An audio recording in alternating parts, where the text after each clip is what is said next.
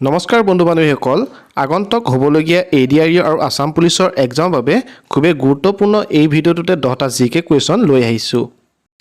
মোৰ আগৰ ভিডিঅ'সমূহ যদি আপোনালোকে চোৱা নাই তেনেহলে ভিডিঅ' তলত ডেসক্ৰিপচনত এটা প্লেলিষ্টৰ লিংকটো দি ৰাখিম তাত গৈ আপোনালোকে সেই প্লেলিষ্টসমূহ চাই ল'ব পাৰিব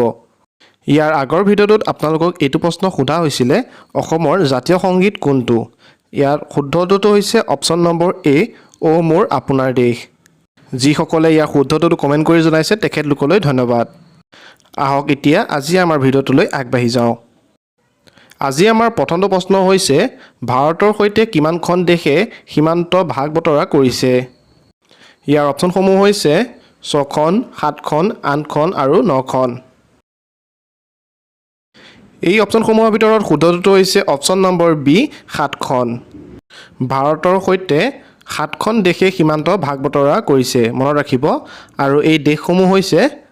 পাকিস্তান আফগানিস্তান নেপাল চীন বাংলাদেশ ভুটান আৰু ম্যানমাৰ এই 7খন দেশে কি কৰিছে ভাৰতৰ সীমাৰ লগত ভাগ বতৰা কৰিছে খুবেই গুৰুত্বপূৰ্ণ প্ৰশ্ন মনত ৰাখিব এতিয়া আমি তাৰ পাছৰ প্ৰশ্নটোলৈ আগবাঢ়িছো তাৰ পাছৰ প্ৰশ্নটো হৈছে চম্পাৰণ সত্যাগ্ৰহ কিমান চনত সংঘটিত হৈছিল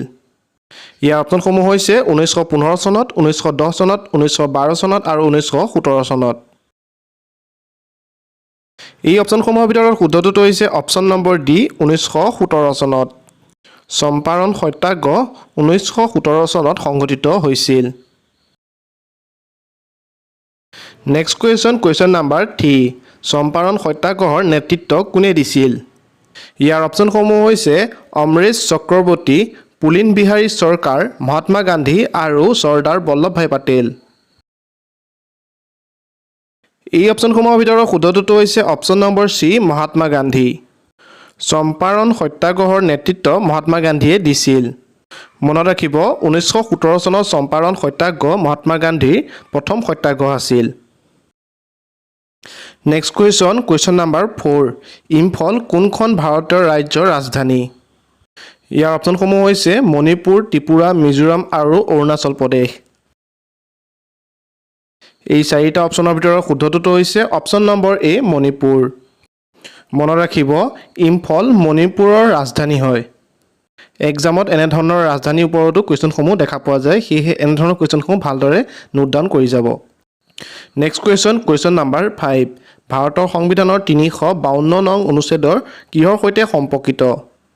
ইয়াৰ অপচনসমূহ হৈছে উচ্চতম ন্যায়ালয় ৰাজ্যিক জৰুৰীকালীন অৱস্থা ৰাষ্ট্ৰীয় জৰুৰীকালীন অৱস্থা আৰু কেন্দ্ৰ ৰাজ্য সম্পৰ্ক এই অপচনসমূহৰ ভিতৰত শুদ্ধটো হৈছে অপচন নম্বৰ সি ৰাষ্ট্ৰীয় জৰুৰীকালীন অৱস্থা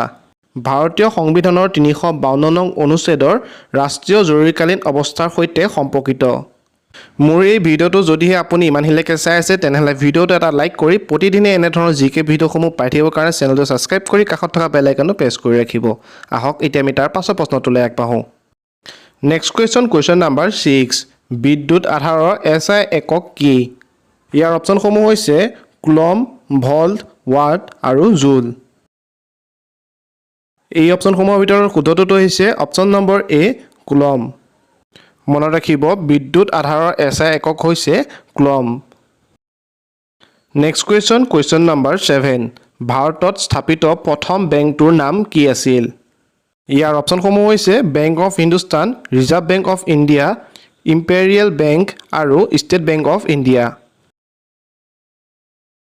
এই অপচনসমূহৰ ভিতৰত শুদ্ধটো হৈছে option number A bank of Hindustan মনত ৰাখিব ভাৰতত স্থাপিত প্ৰথম বেংকটোৰ নাম হৈছে বেংক অফ হিন্দুস্তান আৰু এই বেংকটো কিমান চনত স্থাপিত হৈছিল আপোনালোক সকলোৱে কমেন্ট বক্সত কমেন্ট কৰি জনাব নেক্সট কুৱেশ্যন নাম্বাৰ 8 মাকাম নামৰ অসমীয়া উপন্যাসখনৰ লেখক কোন ইয়াৰ অপচনসমূহ হৈছে ৰোহিণী শৰ্মা নালিনী বালা দেৱী মামণি ৰয়ছম গোস্বামী আৰু ৰীতা চৌধুৰী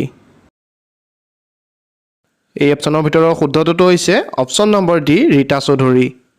মাকাম নামৰ অসমীয়া উপন্যাসখনৰ লেখক হৈছে Rita Chowdhury next question number 9 Patkai Bum পাহাৰে কাৰ মাজত সীমা গঠন কৰিছে অপচনসমূহ হৈছে ভাৰত আৰু চীন ভাৰত আৰু ম্যানমাৰ ভাৰত আৰু বাংলাদেশ আৰু ভাৰত আৰু শ্ৰীলংকা এই অপচনসমূহৰ ভিতৰত শুদ্ধটো হৈছে অপচন নম্বৰ বি ভাৰত আৰু ম্যানমাৰ মনত ৰাখিব পাটকাই বুম পাহাৰে ভাৰত আৰু ম্যানমাৰ মাজত সীমা গঠন কৰিছে last question number 10 Gandhi Irwin চুক্তি কেতিয়া স্বাক্ষৰিত হৈছিল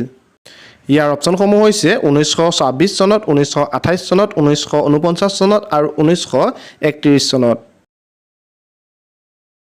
এই অপচনসমূহৰ ভিতৰত শুদ্ধটো হৈছে অপচন নম্বৰ ডি 1931 চনত